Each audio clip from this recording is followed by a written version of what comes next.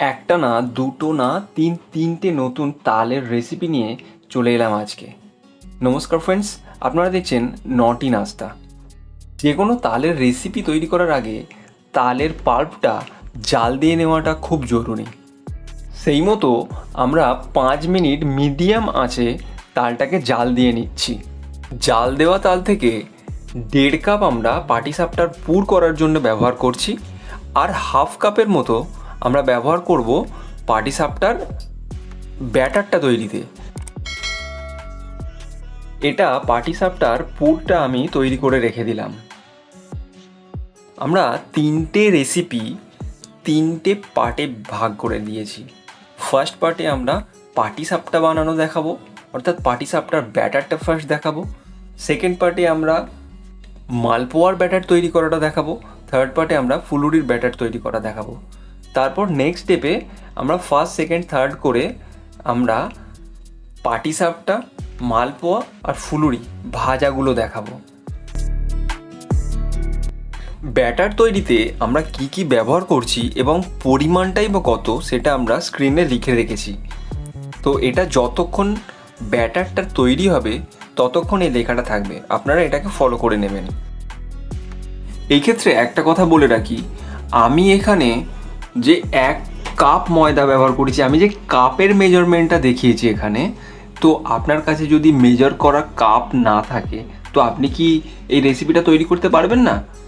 একদমই সেটা না।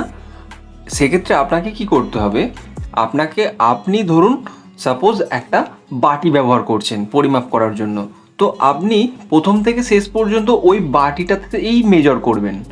তাতে কি হবে, আপনার রেসিপিটা একদম ঠিকঠাক থাকবে।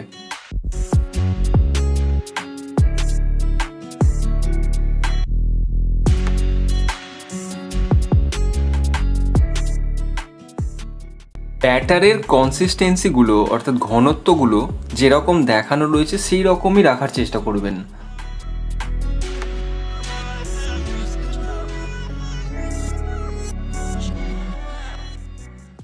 এটা পাটিসাপটার পুরটা ওরকম লম্বা শেপ করে নেবেন আপনারা।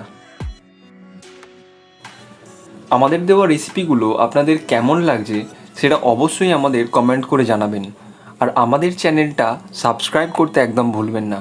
আর যদি আপনাদের কোনো সাজেশান থাকে, অর্থাৎ আপনাদের কী ধরনের রেসিপি দেখতে ভালো লাগবে আরও, এই ধরনের কোনো যদি সাজেশান থাকে তাও আমাদের কমেন্ট করে জানাতে পারেন। আর আপনারা যদি আমাদের ফেসবুক পেজ থেকে ভিডিওগুলো দেখে থাকেন তো প্লিজ আমাদের ফেসবুক পেজটাকে লাইক আর ফলো করতে ভুলবেন না।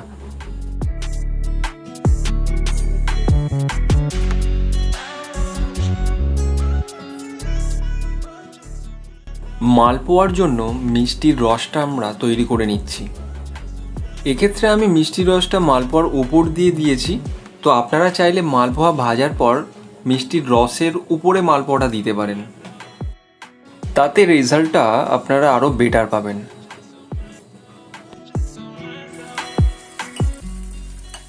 দেখা হচ্ছে একটা নতুন রেসিপি নিয়ে কয়েকদিনের মধ্যেই। এতক্ষণ আমাদের সঙ্গে থাকার জন্য, আমাদের ভিডিও দেখার জন্য অনেক অনেক ধন্যবাদ।